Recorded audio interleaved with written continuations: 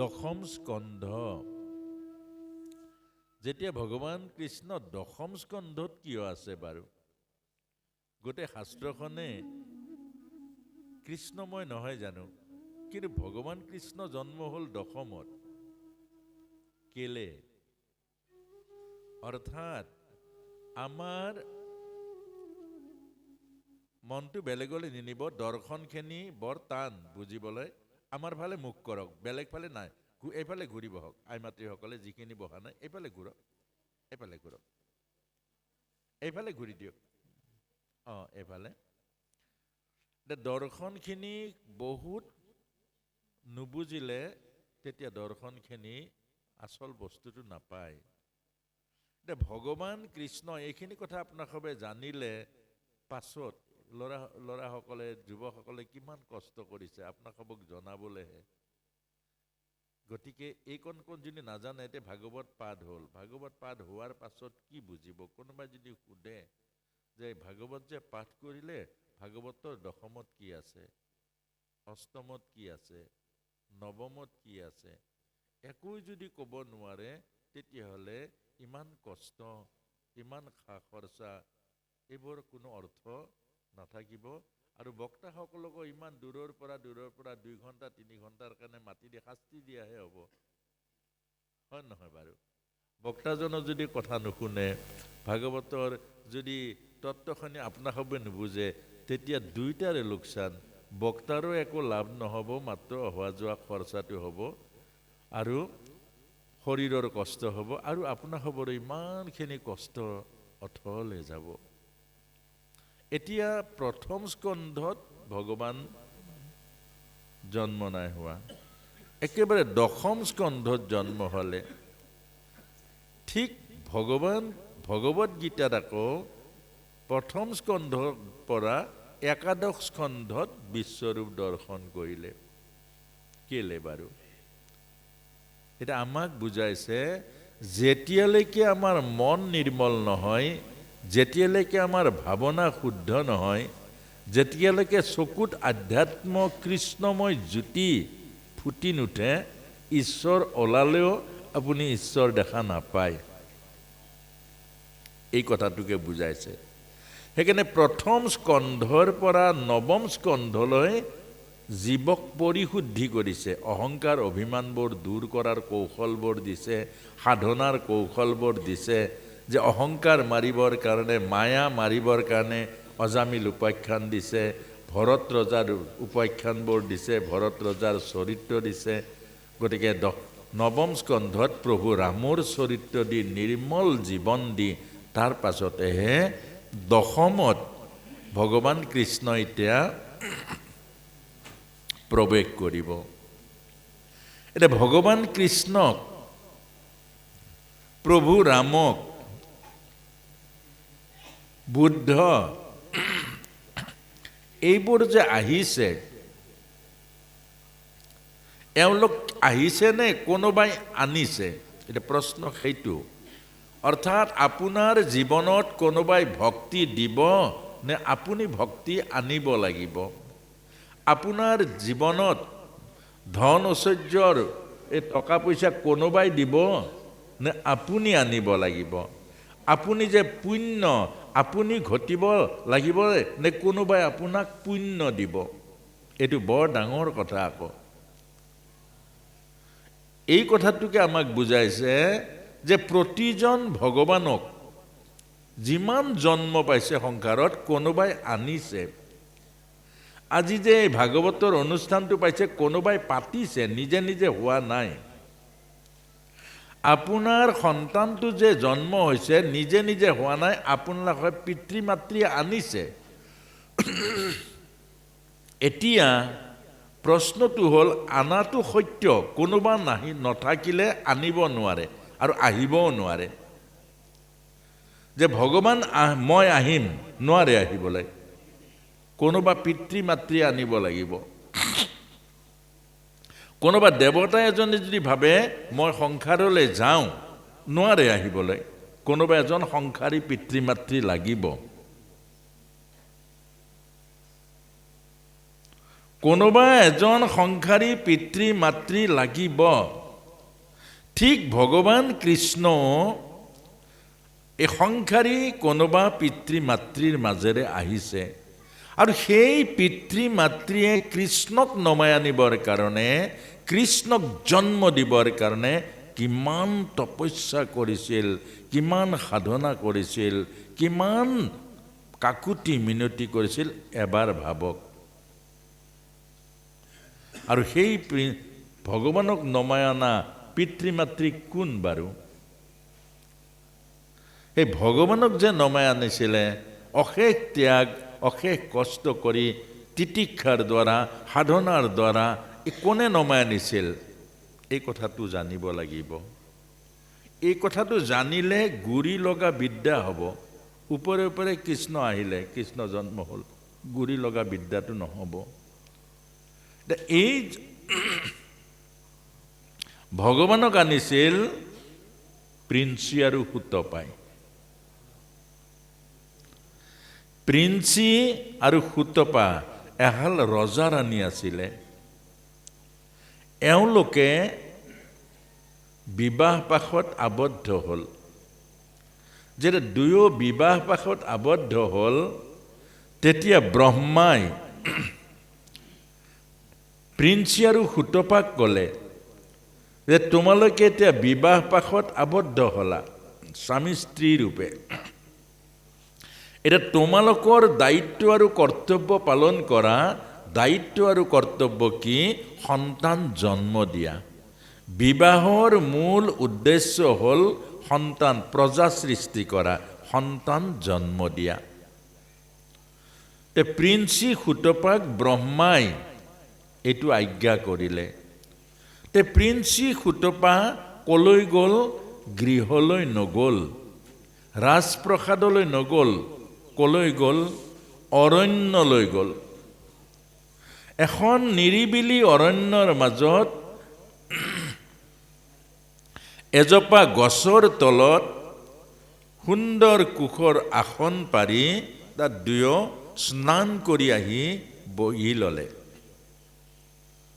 আৰু বহি লৈ ভাগৱতৰ দিব্য মন্ত্ৰ, দ্বাদশ অক্ষৰী মন্ত্ৰ দুয়ো সাধনা আৰম্ভ কৰিলে।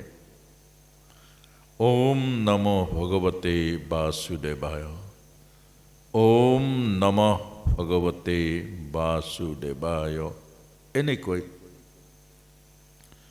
এই দ্বাদশ অক্ষৰী মহামন্ত্ৰ জপ কৰোঁতে কৰোঁতে কৰোঁতে কৰোঁতে কৰোঁতে কৰোঁতে কৰোঁতে কৰোঁতে সম্পূৰ্ণ মন প্ৰাণ ভাৱনা নিৰ্মল হৈ গ'ল। নিৰ্মল মানে কি? মনৰ মাজত কামনা শূন্য হৈ গ'ল, মনৰ মাজত বাসনা শূন্য হৈ গ'ল। হৃদয়ৰ মাজত যিবোৰ লেতেৰা আছিলে, অভিমান আছিলে, অহংকাৰ আছিলে, দম্ভ আছিলে, এইবোৰ সম্পূৰ্ণ চফা হৈ গ'ল। আৰু গোটেই হৃদয় নিৰ্মল হৈ গ'ল, মন পবিত্ৰ হৈ গ'ল, ভাৱনা উজ্বলি উঠিল। আৰু তেতিয়াই প্ৰভু ভগৱন্ত অনন্ত কোটি সূৰ্যৰ জ্যোতিৰে জ্যোতিষ্মান এই প্ৰভু ভগৱন্ত আবিৰ্ভাৱ হ'ল হৃদয় দাপোনত। তেতিয়া সেই গদগদ মাতেৰে গৈছে, হে প্ৰিন্সি আৰু সুতপা, বৈবাহিক জীৱনত বান খাই সংসাৰৰ সুখ আৰু ভোগ, সংসাৰৰ সুখ আৰু ভোগতকৈ আৰু তাতকৈ জীৱ বন্দী কৰা আৰু একো বস্তু নাই। স্বৰ্গৰ দ্বিতীয় স্বৰ্গই হ'ল সংসাৰৰ সুখ আৰু ভোগ। সংসাৰৰ সুখ ভোগ কৰি থকা এজন জীৱক স্বৰ্গৰ অমৰাৱতীত এৰুৱাই নিব নোৱাৰে।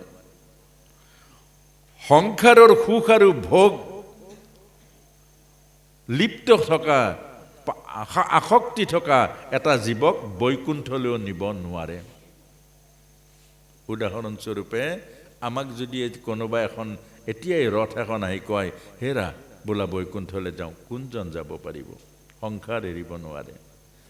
এনেকুৱা সংসাৰ সুখ আৰু ভোগক বাদ দি তোমালোকে ইমান কঠোৰ সাধনা, কঠোৰ তিতিক্ষা, জীৱনৰ সৰ্বস্ব ত্যাগ কৰি, সুখ ভোগ ত্যাগ কৰি কি পাবলৈ মোক তপস্যা কৰিছা? কি লাগে তোমালোকক? তেতিয়া প্ৰিন্সি আৰু সুতপাই কৈছে, হে সচ্চিদানন্দ পূৰ্ণ বিগ্ৰহ পুৰুষোত্তম ভগৱান প্ৰভু, আমি জানো এই সমস্ত সৃষ্টিৰ জীৱই তোমাৰ অংশ, এই প্ৰতিটো জীৱ হৈছে তোমাৰ অংশ। কিন্তু প্ৰভু, তোমাক পাহৰি, তোমাৰ অংশ জীৱই তোমাক পাহৰি বিষয় বাসনা ভোগৰ কাৰণে বহিৰ্মুখী ধাৱমান হৈছে। বিষয়ৰ ভোগৰ কাৰণে, বিষয়ৰ সুখৰ কাৰণে জীৱনৰ আশা আৰু বাসনাৰ পাছে পাছে এনেদৰে দৌৰিছে যে তোমাৰ সুন্দৰ সুখময় কোলা ত্যাগ কৰি প্ৰভু এই জীৱবোৰক, এই জীৱ সমস্তক, তোমাক পিঠি দিয়া জীৱ সমস্তক, ভোগৰ পাছে পাছে দৌৰা জীৱ সমস্তক ঘূৰাই আনিবৰ কাৰণে একমাত্ৰ উপায় প্ৰভু তুমি। তোমাৰ ব্যতিৰেকে এই বাসনামুখী জীৱক, ঈশ্বৰ বিমুখ জীৱক ঘূৰাই আনিব নোৱাৰে। আজি এটা কথা আপোনালোকে ভাবকচোন, আজি যদি ভাৰতবৰ্ষৰ আধ্যাত্মিকতা নাথাকিলেহেঁতেন, গীতা ভাগৱত নাথাকিলেহেঁতেন, নামঘৰ নাথাকিলেহেঁতেন, আমাৰ অৱস্থা কি হ'লহেঁতেন? আমাৰ অৱস্থা কি হ'লহেঁতেন? এটা গাহৰিৰ নিচিনা জীৱন হ'লহেঁতেন, অকল ভোগতে থাকিব লাগিলহেঁতেন। সমন্বয় নাথাকিলেহেঁতেন, সম্প্ৰীতি নাথাকিলেহেঁতেন, একাত্মা নাথাকিলেহেঁতেন। আৰু সেইকাৰণে প্ৰভু আমি তোমাক পুত্ৰৰূপে পাবলৈ কৰিছোঁ কামনা। আচৰিত নহয়নে বাৰু? সৃষ্টিৰ প্ৰতিজন পিতৃ মাতৃয়ে নিজৰ কাৰণে পুত্ৰ বিচাৰে, শ্ৰাদ্ধ কৰিবলৈ পুত্ৰ বিচাৰে, পিণ্ড দিবলৈ পুত্ৰ বিচাৰে, বৃদ্ধকালত সংগ দিবলৈ পুত্ৰ বিচাৰে, ধন ঘটি আনি সুখত ৰাখিবলৈ পুত্ৰ বিচাৰে। আৰু একমাত্ৰ এহাল পিতৃ প্ৰিন্সি আৰু সুতপাই কৈছে, আনৰ জগতৰ সমস্ত জীৱৰ কল্যাণৰ কাৰণে, জগতৰ সমস্ত জীৱৰ উদ্ধাৰৰ কাৰণে পুত্ৰৰূপে পাবলৈ তোমাক আমি কৰিছোঁ কামনা। আনৰ কাৰণে যি সিয়া তাকেই ভাগৱত প্ৰেম বা ভাগৱত ধৰ্ম বুলি কৈছে। তেতিয়া ভগৱানে কৈছে, প্ৰিন্সি আৰু সুতপা, এয়া মহাভাগৱতৰ মহাধৰ্ম, এয়াই মহাভাগৱতৰ মহাধৰ্ম। ভাগৱত ধৰ্ম এইটোকে কৈছে, নিজৰ সুখ কামনা নকৰি, নিজৰ আশা আৰু বাসনা পূৰণৰ যত্ন নকৰি, আনক যি জীৱন বিলাই দিব, আনক যি সেৱা বিলাই দিব, আনৰ কাৰণে জীৱনৰ সৰ্বস্ব ত্যাগ কৰিব, এয়াই ভাগৱত ধৰ্ম। আৰু তোমালোকৰ ভক্তিত মই তুষ্ট হৈছোঁ। 3টা জন্মত তোমাৰ ঘৰত মই সমঅৱতাৰ, মনত ৰাখিবা। মোৰ জন্ম আৰু মৃত্যু নাই, মই অজন্মা, মোৰ জন্ম নহয়।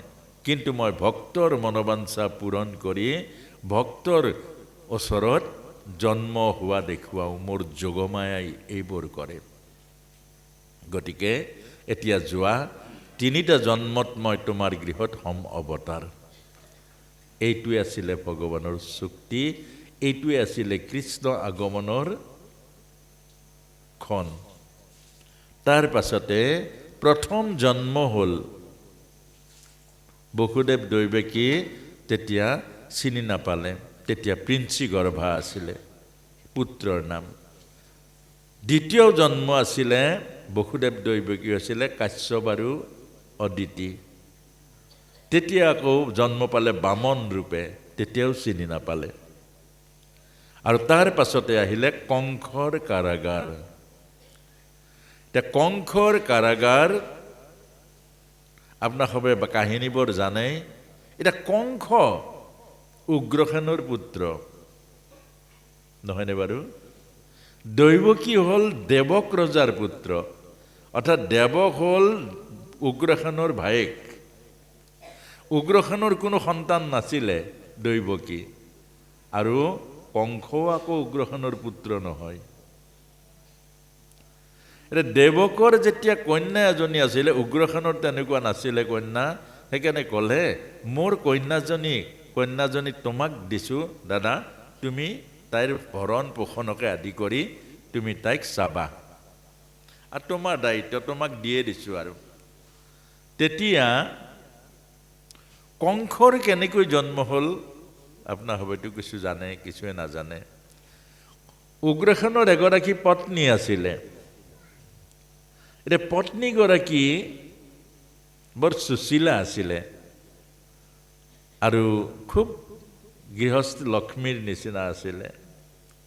এদিন উগ্ৰসেনে কৰবাৰ পৰা আহি নিজৰ পত্নীক ক'লে, হে ৰাণী, মই কাণৰ কৰিৰে, এইফালে কাণত যে ফুটা থাকে এইটোকে কৰি বুলি কয়, আগৰ দিনত এইখিনিতে অলংকাৰ পিন্ধিছিলে নহয়, এই কাণৰ কৰিৰে শৰ প্ৰহাৰ কৰি বান মাৰি পাৰ কৰি দিব পাৰোঁ। কাণৰ কৰিৰে, সেইটো অলপ কথা জানো বাৰু। এই কাণৰ এই কৰিৰে, কাণৰ ফুটাৰে বান মাৰি মই পাৰ কৰি দিব পাৰোঁ। তে উগ্ৰসেনৰ পত্নীয়ে ক'লে, অব্যাসন নৰ কৰ্ণপথে কৰে হৰ। খং উঠিব নাই বাৰু? মতা মানুহতো এনেই খং উঠে। মতা জন্মটোৱে খঙৰ জন্ম। XY ক্ৰমজমৰ পৰা মতা হয়। জন্মতে মতা মানুহে দুটা বস্তু পায়, অহংকাৰ আৰু অভিমান। সহিব নোৱাৰে, টান কথা সহিব নোৱাৰে।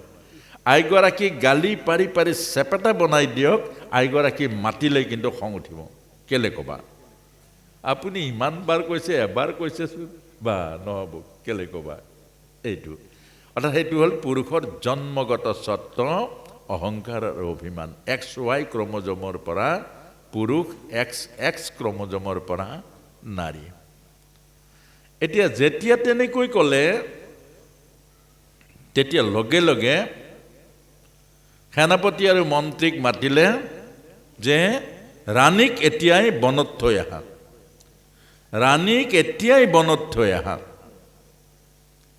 লগে লগে ৰজাৰ আদেশ, বনত থৈ আহিলে। আৰু সেই বনত এটা অসুৰ আছিলে, শংখাসুৰ। সেই অসুৰটোৱে আকৌ উগ্ৰসেনৰ ৰূপ লৈ দৈহিক সম্পৰ্ক কৰিলে উগ্ৰসেনৰ পত্নীৰ লগত, আৰু তাৰ কাৰণে কংসৰ জন্ম হ'ল। পৰমাৰ্থটো বেলেগ, এইটো হ'ল প্ৰতীকাত্মক। সেইকাৰণে কংস অসুৰ জন্মটো গণ্ডগোল।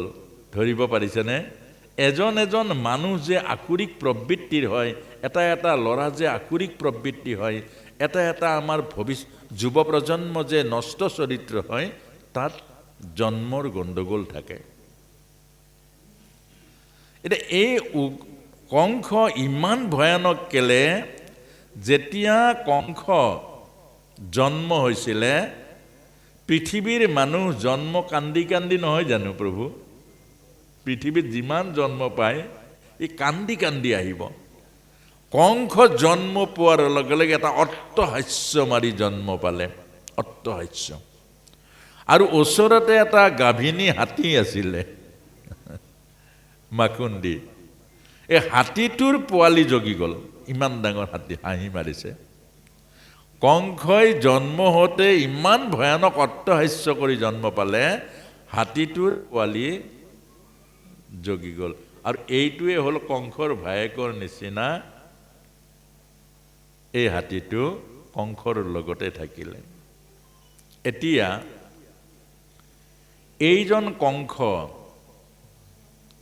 উগ্ৰসেনৰ পুত্ৰ, অৰ্থাৎ আমাক বুজাইছে ধৰ্মৰ মাজেৰে, সাধনাৰ মাজেৰে, নীতি নিয়ম সংযমৰ মাজেৰে যদি সন্তান নমাই আনে, এই সন্তান দেৱত্ব আৰু ঈশ্বৰত্বৰ গুণ লৈ ধৰা দামত আহে।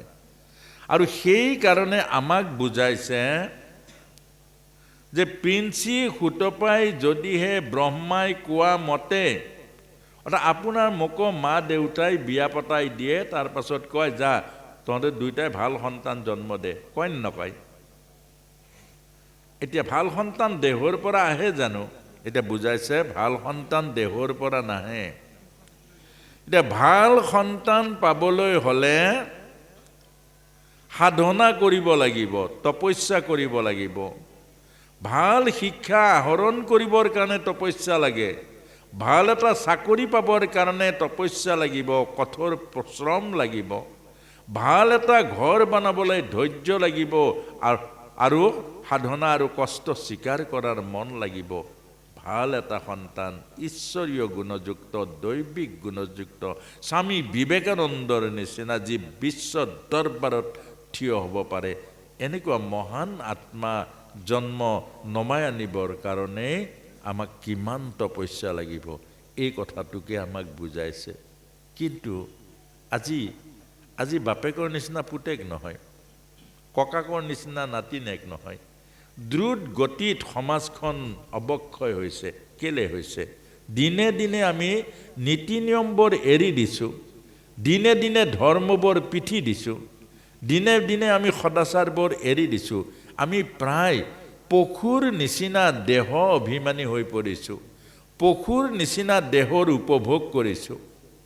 যে আমি দেহৰ উপভোগৰ কাৰণে সৰ্বস্ব ত্যাগ কৰিছোঁ, ধৰ্ম ত্যাগ কৰিছোঁ, সদাচাৰ ত্যাগ কৰিছোঁ। এতিয়া আপোনালোকে চাব, আমি আজি যিবোৰ খাদ্য খাইছোঁ ধৰ্মত পৰে নে নপৰে, এতিয়া ল'ৰা ছোৱালী বিচাৰ আমি নকৰোঁ। এতিয়া সেই ল'ৰা ছোৱালী বুলি ক'বলৈ নাই, আগত আছিলে ল'ৰা ছোৱালী, এতিয়া আমাৰ বয়সস্থসকলো একেটাই হৈ পৰিছে। কোন ধৰ্মত কি খাব লাগে, আমাৰ পাকঘৰত কি বনাব লাগে, বাহিৰা ঘৰত কি বনাব লাগে, অতিথি এজন ৰাখিবৰ কাৰণে কি ব্যৱস্থা থাকিব লাগে, ঘৰত বয়োজ্যেষ্ঠ এজন আছে সেইজনক আমি কেনেকৈ মৰম চেনেহত শ্ৰদ্ধা ভক্তিত ৰাখিব লাগে, যে পিতৃৰ কাৰণে কোনখন আসন থাকিব লাগে, পিতৃৰ কাৰণে মৰ্যাদাৰ এখন ঠাই থাকিব লাগে, যে পিতৃ শোৱা বিচনাখন যাতে আচুতীয়া হৈ থাকিব লাগে, পিতৃয়ে খোৱা থালখনত যাতে কোনেও তাত নাখায়, এইবোৰ এটা নিয়ম আছিলে। কিন্তু এতিয়া ল'ৰাও বুঢ়াই ল'ৰা এতিয়া সকলো মিলি পৰিলে নীতি নিয়ম সদাচাৰবোৰ। এই কাৰণে মিলি পৰিলে আমি ভাগৱত পঢ়ি আছোঁ, ভাগৱত লুটি খাই গৈ আছে, আমি ভকত কিন্তু একেটাই অৱস্থাত আছোঁ। আমি চাধাটো এৰিব পৰা নাই, আমি তামোলখন এৰিব পৰা নাই, আমি ভাগৱত শুনি আমি খংটো এৰিব পৰা নাই। ভাগৱতলৈ ইমান গৈছোঁ, যদি সোধা যায় আপোনাৰ জীৱন সাধনা কি, বোলে কি আৰু জীৱন সাধনা, এয়া খাইছোঁ কৰিছোঁ গৈছোঁ আৰু সাধনা নাই। গতিকে এই কথাটোকে আমাক বুজাইছে, যুৱ প্ৰজন্মক বুজাইছে।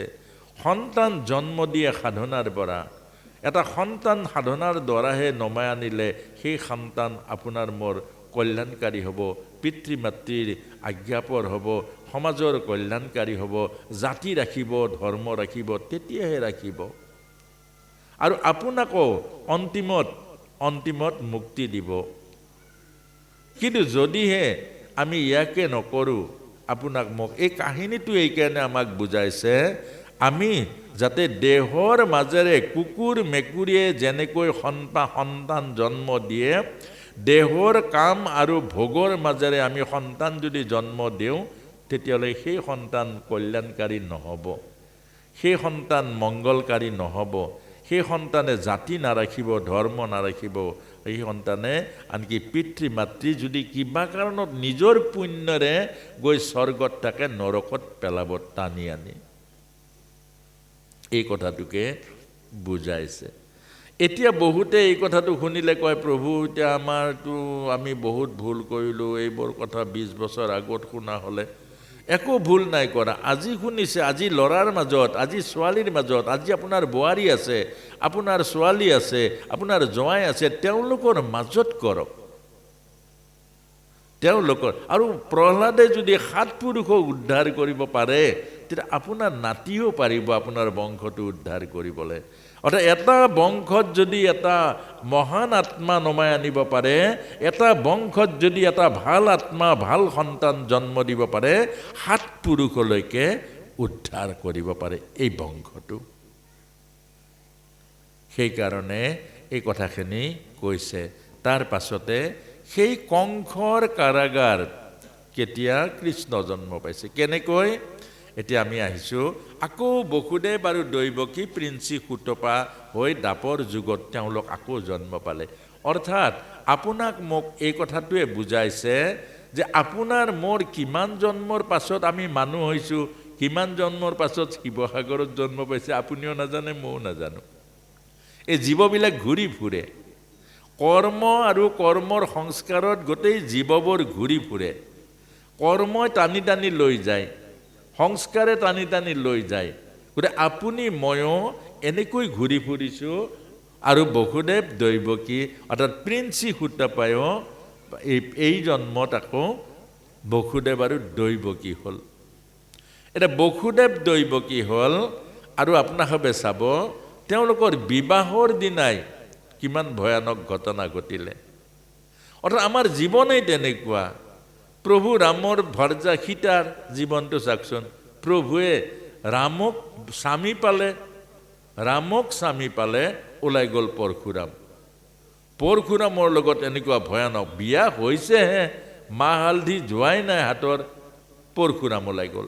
পৰশুৰামৰ লগত যেন তেনকৈ ঠিক কৰিলে, কৰি গৈ অযোধ্যা পালে, ওলাই গ'ল মন্থৰাই আকৌ 14 বছৰ বনবাস দিলে।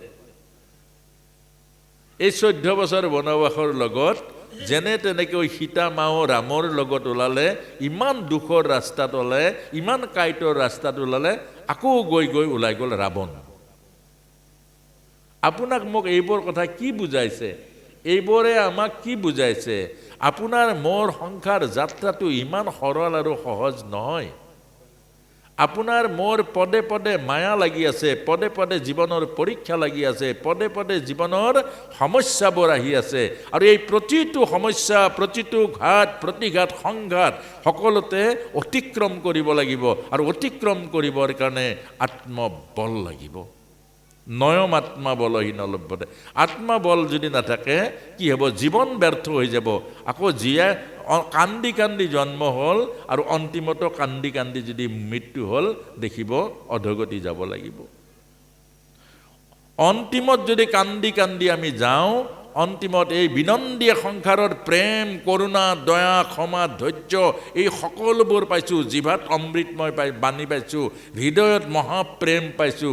প্ৰেমৰ বেপাৰ যদি নকৰোঁ, এই বাণীৰে যদি জগত নিজিনো, আমি জীৱনৰ এই সেৱাবোৰৰ দ্বাৰা আমি যদি ধন সঞ্চয় নকৰোঁ, অন্তিমত কি হ'ব? তললৈ যাব লাগিব। সেইকাৰণে মেট মৰা ভঁৰাল আমাৰ সন্মুখত আছে। আমাক কৈছে আপুনি প্ৰেমৰ বেপাৰ কৰক। কিমান প্ৰেম দিব পাৰিছে মানুহক। আপুনি সেৱাৰ বেপাৰ কৰক। কিমান সেৱাৰ সঞ্চয়, মহাপ্ৰেম সেৱাৰ ধৰ্ম সঞ্চয় কৰিব পাৰিছে।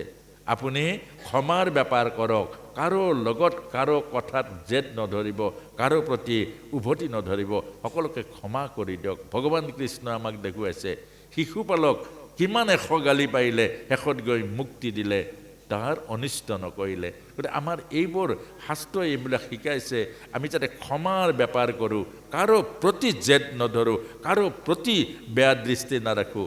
ক্ষমা এইবোৰ কৰক। অন্তিমত আপুনি মেট মৰা ভঁৰালৰ টপলা প্ৰেমৰ সমুদ্ৰ লৈ যাব, হৃদয়ৰ পবিত্ৰ ভালপোৱা লৈ যাব। আৰু ভগৱানে কওক, তেতিয়াহে আপোনাৰ মোৰ জীৱনক সাৰ্থক কৰিব, ওপৰলৈ নিব। তেতিয়া ওপৰলৈ। এতিয়া উগ্ৰসেনৰ পত্নী কন্যা দৈৱকী আৰু বসুদেৱৰ বিবাহ ঠিক হৈ গ'ল। তে বিবাহ যেতিয়া ঠিক হৈ গ'ল, দৰা আহিলে, বিয়া হৈ গ'ল। ৰাতিপুৱা ফেহু জালি দিছে আৰু তেতিয়া বৰ কন্যা লৈ আহিছে কংসই। যেতিয়া বৰ কন্যাক দুয়োফালে ধৰি লৈ, ইয়া আমাৰ ভাৰতীয় সংস্কৃতি, ইয়া আমাৰ প্ৰত্যেকৰে হয়। দুইটাকে লৈ আনিছে, লৈ আনি কৈছে প্ৰণসম ভগ্নী মোৰ নকৰিবি দুখ। দৈৱকী কান্দিছে, এইটো স্বাভাৱিক। এজনী কন্যা এখন ঘৰ এৰি এগৰাকী কন্যা সৰু কথা নহয়। মাকক এৰিব, দেউতাকক এৰে, ঘৰ এখন এৰে, নিজৰ জাতি এৰে, নিজৰ বংশ এৰে, আৰু কিমান ডাঙৰ এটা ত্যাগৰ মাজত এখন ঘৰ, নতুন ঘৰ সজাবলৈ যায়। এইটো সৰু কথা নহয়। আজিৰ ডেকাসকলে আধ্যাত্মিকভাৱে অৰ্থাৎ দূৰদৃষ্টি সম্পন্নভাৱে এই নাম নুবুজে কাৰণে ধৰিব নোৱাৰে এগৰাকী কন্যাৰ জীৱনটো কিমান ত্যাগ থাকে নাৰীৰ জীৱনত। তাৰ পাছতে ক'লে প্ৰাণসম ভগ্নী মোৰ নকৰিবি দুখ, ই যে জগতৰ চিৰন্তন ৰীতি। আৰু বসুদেৱ মিত্ৰ মোৰ, মথুৰা ৰস কাৰেং শূন্য কৰি তুলি দিছোঁ এই ৰত্নটি। আজলি তাই, কাৰণ কন্যা ঘৰত থাকিলে মাকে কাম কৰিব নিদিয়ে মৰমতে, পিতৃয়ে কাম কৰিব নিদিয়ে চেনেহতে, আৰু ঘৰতে সমস্ত শিক্ষা দীক্ষা এইবোৰ পৰিপূৰ্ণ কৰে। আৰু তাৰ পাছতে ক'লে দোষ হোৱাটো তাই স্বাভাৱিক, গতিকে তুমি কেতিয়াও দোষ নধৰিবা, কষ্ট নিদিবা, দুখ নিদিবা। পিতৃৰ কিমান কাতৰ অনুৰোধ, ভাতৃৰ কিমান কাতৰ মিনতি, যে মৰমৰ একে গৰ্ভত জন্ম হোৱা খেলি মিলি থকা এইগৰাকী মোৰ মৰমৰ বাইদেউ, মৰমৰ ভগ্নীক ক'ৰবাৰ অজান এখন ঘৰলৈ নতুন সম্পৰ্ক, নতুন ঘৰ, নতুন মানুহ পঠিয়াইছোঁ। কিমান ডাঙৰ কথা এটা, ভাবি চালে বহুত ডাঙৰ কথা। শেষত গৈ দৈৱকীয়ে হিয়া উজাৰি কান্দিছে, আই দৈৱকী, আই দৈৱকী, তোৰ এই বিবাহৰ মধুৰ ক্ষণত দিবলৈ আছে মোৰ অনেক ঐশ্বৰ্য বিভূতি। এই ৰাজপ্ৰসাদত একো কম নাই, কিন্তু আই এইবোৰ তোক নালাগে। কেলে? খুব মনোযোগেৰে শুনিবচোন, এইবোৰ ভাগৱতৰ কথা, এইবোৰ জীৱনৰ কথা। যে দৈৱকী, ধনেৰে এখন ভাল ঘৰ পাতিব নোৱাৰে। আই দৈৱকী, এই জড়জগতৰ এইবোৰ যে পালেং, কাপোৰ ধোৱা মেচিন, ডাঙৰ ডাঙৰ ফ্ৰিজ, ডাঙৰ ডাঙৰ ফাৰ্নিচাৰ, সোফা ছেট, এইবোৰে এটা ভাল সন্তান নমাই আনিব নোৱাৰে, বিবাহৰ উদ্দেশ্য পূৰ্ণ কৰিব নোৱাৰে। গতিকে এটা বস্তুৱে পাৰিব, সেই বস্তুটো হ'ল আশীৰ্বাদ। আশীৰ্বাদে জীৱন সুন্দৰ কৰে, আশীৰ্বাদে এখন সুন্দৰ গৃহস্থী নিৰ্মাণ কৰে, আশীৰ্বাদে এটা পৰিয়াল পূৰ্ণ কৰে। সেইকাৰণে দিছোঁ তোক ককায়ৰৰ হৃদয় ভৰা আশীৰ্বাদ, তই যেন পতিব্ৰতা হ। এগৰাকী নাৰীৰ সকলোতকৈ মহান ধৰ্ম হ'ল পতিব্ৰতা। স্বামীকে গুৰু মানি, স্বামীকে ঈশ্বৰ মানি, স্বামীক সৰ্বস্ব জীৱনৰ মানি ভক্তি কৰা, কায় বাক্য আৰু মনেৰে, এইটোৱে হ'ল নাৰীৰ প্ৰথম ধৰ্ম। এগৰাকী আইৰ প্ৰথম ধৰ্ম হ'ল স্বামীক কায় মন বাক্যে সেৱা কৰা, স্বামীক কায় মন বাক্যে আজ্ঞা পালন কৰা, আৰু স্বামী সেৱাই জীৱনৰ ব্ৰত কৰা। স্বামী সেৱা যেন তোৰ শিৰৰ ভূষণ হয়, স্বামী সেৱা যেন তোৰ জীৱনৰ ব্ৰত হয়। তেতিয়া সেনাপতিক কৈছে যে দৈৱকী যৌতুকৰ বাবে 2000 ৰথ, 400 হস্তি, 15,000 ঘোঁৰা আৰু 200 সুন্দৰী দাসী সাজু কৰিছানে? বোলে কৰিছোঁ। অৰ্থাৎ এজন পিতৃৰ ত্যাগ চাওকচোন। আজি ডেকাসকলে এই কথা বুজি নাপায়। এজন পিতৃৰ ত্যাগ চাব, এজনী কন্যাক গোটেই তুলি তালি ডাঙৰ দীঘল কৰি শিক্ষাই দীক্ষাই সকলোবোৰ পৰিপূৰ্ণ কৰি বিবাহৰ ফাৰ্নিচাৰকে আদি কৰি যিমান পাৰিছে একৰা দুকৰা কৰি যত্ন জমা কৰি কৰি ডাঙৰ এখন বিয়া পাতে। বিয়াত ভকতসকলৰ আশীৰ্বাদ পাবৰ কাৰণে মাটি বেছি হ'লেও ভকতসকলৰ আশীৰ্বাদ দিবৰ কাৰণে মাতে। তাৰ পাছতো যৌতুকৰ কাৰণে ইমানবোৰ দি পঠিয়াই, তাৰ পাছত কন্যাগৰাকীক অত্যাচাৰ কৰে। তাৰ পাছত সেইগৰাকী অসহায় পাই অকলে যে আপোনাৰ ঘৰলৈ লৈ গৈ প্ৰথম কিমান ফুচুলাই, কিমান ভাল ভাল কথা কয়, আৰু তাৰ পাছত আপুনি অকলশৰীয়া পাই কিমান কষ্ট দিয়ে। মনুৱাদী ঋষিয়ে কৈছে, যিখন ঘৰৰ মজিয়াত নাৰীৰ চকু পানী পৰে, যিখন ঘৰৰ মজিয়াত নাৰীৰ চকু পানী মৰে, সেইখন ঘৰৰ মজিয়াত 7টা যজ্ঞ পাতিলেও কোনো ফল নাপায়। যিখন সমাজত নাৰীক নিৰ্যাতিত কৰে, নাৰীক চুলিত ধৰে, সেইজন পুৰুষৰ আয়ুস কমে আৰু যিখন সমাজত নাৰী নিৰ্যাতিত হয় সেই সমাজখন নষ্ট হয়। কেলে? এগৰাকী নাৰীৰ ত্যাগ, এগৰাকী নাৰীৰ যিটো আপোনাৰ প্ৰতি ত্যাগ, কৰোণা, যিমান সেৱা, এইবোৰ ভাবিলে বহুত, আৰু নাভাবিলেতো একো নাই। হৃদয় যেতিয়া নাই মানুহৰ, হৃদয়ৰ যেতিয়া ভাৱনা নাই, তেতিয়া হৃদয়হীন মানুহে কৰিব নোৱাৰা কি কাম আছে? আৰু তাৰ পাছতে ৰথখন কংসই লেকাম ধৰিলে, দৈৱকী বসুদেৱ পাছফালে বহিলে। লেকাম ধৰাৰ লগে লগে আকাশবাণী হ'ল, সাৱধান কংস, যি দৈৱকীৰ বিবাহ পাতি মহাসমাৰোহেৰ আনন্দত আত্মহাৰত হয়, সেই দৈৱকীৰ গৰ্ভজাত অষ্টম সন্তানে সংহাৰ কৰিব তোক অৱলীলাক্ৰমে। লগে লগে চব নাটক উল্টা হৈ গ'ল। আপোনাৰ মোৰ জীৱনবোৰো তেনেকুৱা, লগে লগে কেতিয়াবা নাটক এনেকুৱা হৈ যায় আপুনি কল্পনা কৰিব নোৱাৰে। এয়া হ'ল জীৱন নাটক। আৰু লগে লগে যেতিয়া উল্টা হৈ গ'ল, খাপৰ পৰা তৰোৱাল উলিয়াই দৈৱকীৰ চুলিত ধৰিলে। কংসৰ আয়ুস তেতিয়াই নষ্ট হৈ গ'ল। চুলিত কেতিয়াও কোনো পুৰুষে নাৰীৰ চুলিত নধৰিব, এইটো বৰ ডাঙৰ কথা। হাত নলগাব। কেলে? নাৰী হ'ল জগত জননী জগদম্বা, নাৰী হ'ল লক্ষ্মী স্বৰূপা, নাৰী হ'ল সৰস্বতী বিদ্যা স্বৰূপিনী। গতিকে নাৰী কেতিয়াও কাটিয়ে পুৰুষে হাত লগাব নাপায়। আৰু তাৰ পাছতে বসুদেৱে লগে লগে বাধা দিলে, ৰবা কি কৰা? বোলে মোৰ প্ৰাণসংহাৰিণীক হত্যা কৰোঁ। বোলে এওঁৰ সন্তান জন্ম হোৱাই নাই, জন্ম হ'ব নে নহ'ব তাৰো কোনো ঠিক নাই। গতিকে মই প্ৰতিজ্ঞা কৰিছোঁ যে যি মুহূৰ্তত সন্তান জন্ম হয়, এটা এটাকৈ আনি দিম তোমাৰ হাতত, হত্যা কৰিবা সিহঁতক। শেষত গৈ কংসই মানি ল'লে, আৰু মানি লোৱাৰ পাছতেই পঠিয়াই দিলে।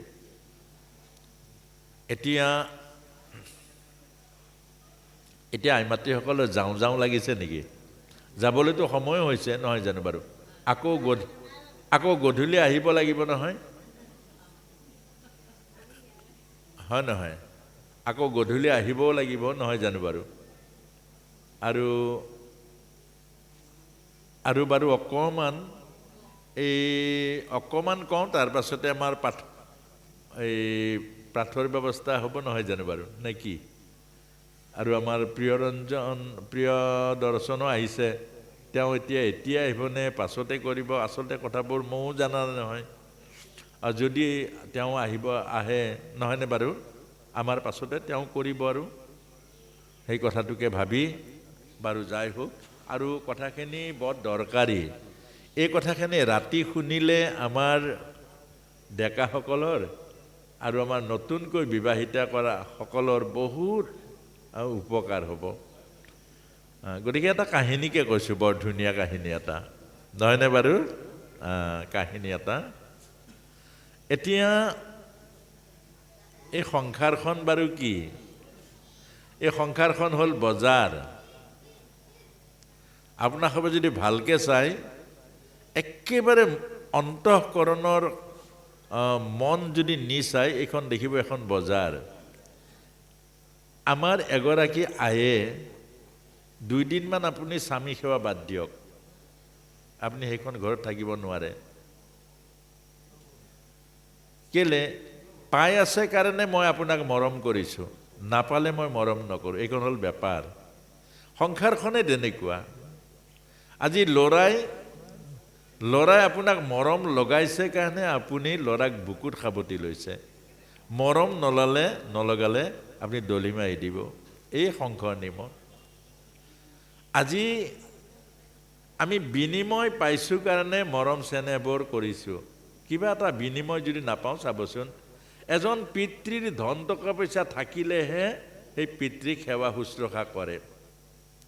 যদি ধন টকা পইচা নাথাকে পিতৃজনৰ, 3 দিন বেমাৰত পৰিলে 2 দিন যদি অকণমান শুশ্ৰূষা কৰে, তৃতীয় দিনা কাৰোবাৰ ওচৰত যাব, এই বুঢ়াটোৱে বৰ আমনি লগাইছে, গতিকে কিবা এটা উপায় কৰি চাই দিয়কচোন কেনেকৈ মৰিব।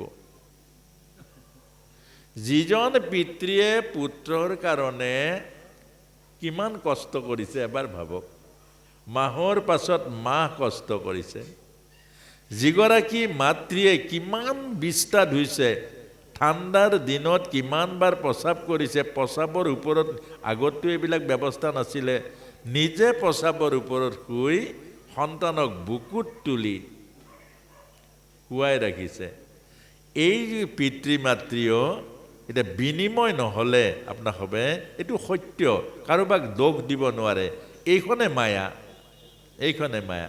আপোনাক হবে চাব, চাকৰি কৰা ল'ৰা এটা, এগৰাকী আইৰ, আৰু এটা চাকৰি নোহোৱা ল'ৰা, চাবচোন, এগৰাকী আই, মাক এজনীয়ে, কিন্তু দুইটা ভাৱ আপোনাৰ হবে চাব। চাকৰি কৰাটোক বেলেগ দৃষ্টিৰে চাই, চাকৰি নোহোৱাটোক বেলেগ দৃষ্টিৰে চাই। এইটো কথা। সেইকাৰণে এই সংসাৰখন হ'ল বজাৰ, মায়াৰ বজাৰ। এতিয়া বাপেক এজনে ল'ৰাটোক, নিজৰ পুত্ৰক ক'লে, অ বোপাই, তই বজাৰৰ পৰা এই 100 টকা ল।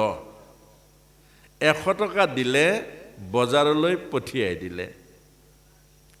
এতিয়া বজাৰলৈ গ'ল, পইচা 100 লৈ, সন্মুখতে দেখিলে বান্দৰৰ খেল।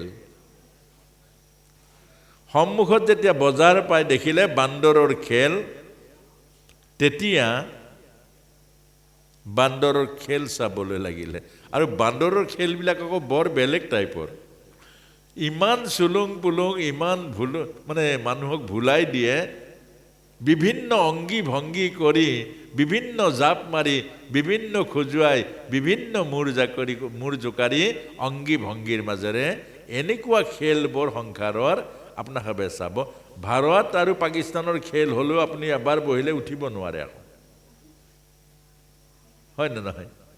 তাত তেওঁলোকে খেলিব, আপুনি মই কেতিয়াবা ভালকৈ যদি চাই দিব, মই পাগল নে ভাল বাৰু, তাত মাৰিছে, আমি চিঞৰি ফুৰিছোঁ, ইয়াত চিঞৰি ফুৰিছোঁ। কোনোবাটো হাৰিলে টিভি পৰ্যন্ত ভাঙি দিয়ে। এইটো বান্দৰৰ খেল। এই বান্দৰৰ খেল এবাৰ যদি বহে, সংসাৰৰ এইবোৰ নদঘট কথাবোৰত যদি এবাৰ আপুনি মনোযোগ দি বহে, এই মোবাইলত গৈ যদি এবাৰ বহি দিয়ে, এইবিলাক চব বান্দৰৰ খেল। আৰু বান্দৰৰ খেল চাওঁতে চাওঁতে গধূলি হ'ল, আৰু গধূলি হ'ল, ঘৰলৈ গুচি আহিলে, পইচা 100টো বান্দৰৰ খেল দেখুওৱা মানুহটো লৈ ল'লে। ঘৰলৈ আহিলে, দেউতাকে সুধিলে, বোপাই গলিনে? বোলে গ'লো। বজাৰৰ পৰা কি আনিলি? বোলে একো নাই। কি কৰিলি? বান্দৰৰ খেল চালোঁ। আমাৰ যেতিয়া 80 বছৰীয়া যেন দেউতা সোধে, 80 বছৰ সংসাৰখনত পাৰ কৰিলে, এতিয়া কি লৈ ওলাইছে কওক, জাবৰ হ'ল, কি লৈ ওলাইছে, কি ঘটিলে? আমাক এতিয়া আজিলৈকে উত্তৰ দিয়ে, বোপাই, শৰ্মা প্ৰভু, এই একো নাই, একো নাই, ইয়াৰ পৰা যাব লাগে। 80 বছৰত একো ঘটিব নোৱাৰিলে ইয়াৰ পৰা যাব লাগে, ক'লৈ যাব আপুনি? ক'লৈ যাব? জানে কে লিয়ে ভাড়া লাগেগা। যাবৰ কাৰণে ভাড়া লাগিব, সংসাৰ নদী পাৰ হ'বৰ কাৰণে ভাড়া দিব লাগিব। আৰু সেই ভাড়াটোকে যদি নঘটো কি হ'ব? এতিয়া সেইকাৰণে ক'লে যে পইচাটো বান্দৰৰ খেল দেখুৱাতে লৈ ল'লে। পইচা মানে সময়, 100 বছৰ আপোনাক মোক আমাক সকলোকে দিছে, 100 বছৰ।